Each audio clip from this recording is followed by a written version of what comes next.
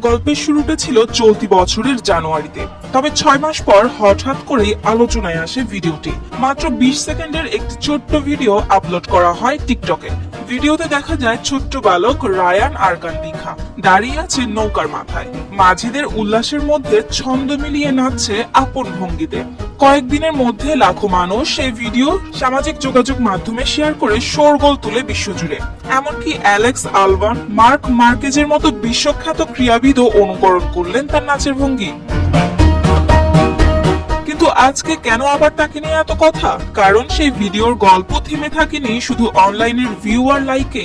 আগস্টের শেষে আবার যখন শতবর্ষী পাকুজুলার প্রতিযোগিতা শুরু হলো ইন্দোনেশিয়ার কুয়াস্তান নদীতে, তখন আবারও আলোচনার কেন্দ্রবিন্দুতে রায়ান। ওয়ালটন টেলিভিশন মাত্র 25,490 টাকায় পাচ্ছেন গুগল টিভি। এবার আর শুধু ভিডিও নয়, নদীর দুই তীরে দাঁড়িয়ে লাখো মানুষ সরাসরি দেখলো তার নাচ। দর্শকের সংখ্যা আগের বছরের তুলনায় বেড়েছে 1 লাখেরও বেশি, আর স্থানীয় অর্থনীতিতে যোগ হয়েছে কোটি কোটি টাকা। স্থানীয়রা বলছেন এই বদলে যাওয়ার চিত্রের পেছনে সবচেয়ে বড় ভূমিকা রায়ানের নাচ। অর্থাৎ কয়েক মাস আগের একটি ভাইরাল ভিডিও এখন বদলে দিয়েছে পুরো একটি উৎসবের রূপ।